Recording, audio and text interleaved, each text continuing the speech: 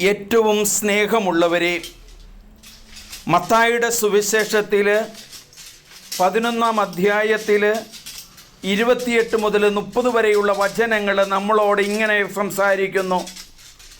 അധ്വാനിക്കുന്നവരും ഭാരം വഹിക്കുന്നവരുമായ നിങ്ങളെല്ലാവരും എൻ്റെ അടുക്കൽ വരുവിൻ, ഞാൻ നിങ്ങളെ ആശ്വസിപ്പിക്കാം.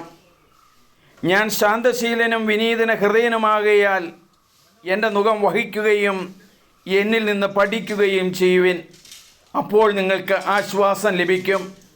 എന്തെന്നാൽ എൻ്റെ നുകം വഹിക്കാൻ എളുപ്പമുള്ളതും ചുമട് ഭാരം കുറഞ്ഞതുമാണ്. ലോകത്തിലെ എല്ലാ തരത്തിലുള്ള ജോലികൾ ചെയ്യുന്ന മനുഷ്യരുണ്ട്. White callers workers and blue callers workers. കഠിനാധ്വാനം ചെയ്യുന്ന മനുഷ്യരെ നമ്മൾ എത്ര പേര് ഓർക്കുന്നുണ്ട്? അനുദിന ജീവിതത്തിൽ പാടം ഉഴുകുകയും നെല്ല് വിതയ്ക്കുകയും കൊയ്തെടുക്കുകയും ചെയ്യുന്നവർ കഠിനാധ്വാനം ചെയ്യുന്നവരാണ്, അധ്വാനിക്കുന്നവരാണ്.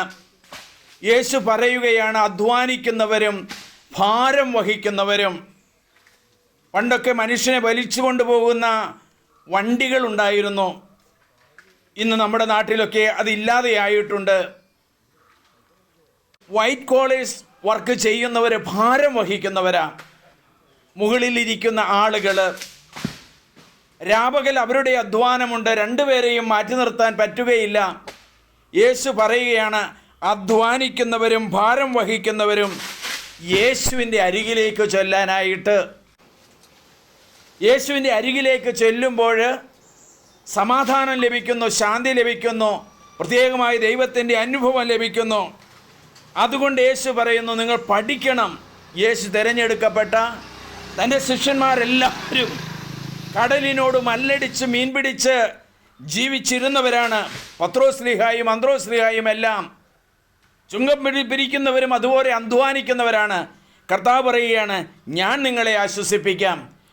ഈ ലോകത്തിലുള്ള ഒരു വസ്തുവിനും നമുക്ക് ആശ്വാസം നൽകാൻ പറ്റുകയില്ല. ഇന്ന് യേശുവിൻ്റെ വചനമാണ് ആശ്വാസം നൽകുന്നത്. ഈ വചനം നൂറുകണക്കിന് ആളുകളോട് ഞാൻ പ്രസംഗിച്ചിട്ടുള്ളൊരു വചനമാണ്. സാധിക്കുമെങ്കിൽ മത്തായിയുടെ സുവിശേഷത്തിൽ 11-ാം അധ്യായത്തിൽ 28 മുതൽ 30 വരെയുള്ള വചനങ്ങൾ നിങ്ങൾ എല്ലാ ദിവസവും ഒന്ന് പ്രാർത്ഥിക്കുക. അധ്വാനിക്കുന്നവർക്ക് അവരുടെ പ്രതിഫലം ലഭിക്കും. ദൈവത്തിൻ്റെ സമാധാനം അവർക്ക് ലഭിക്കും. ദൈവം അവരോട് കൂടെ ആകുന്നതായിട്ടുള്ള സംഭവങ്ങൾ ലഭിക്കും. ആ ഭാരങ്ങൾ കർത്താവിലേക്കൊന്ന് കൊടുക്കുക.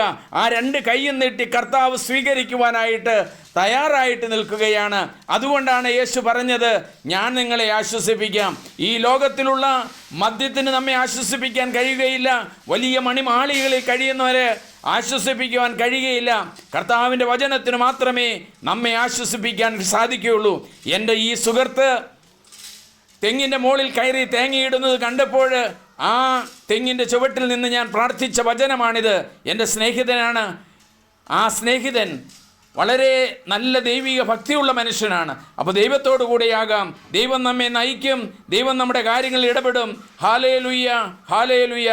ദൈവമേ നന്ദി.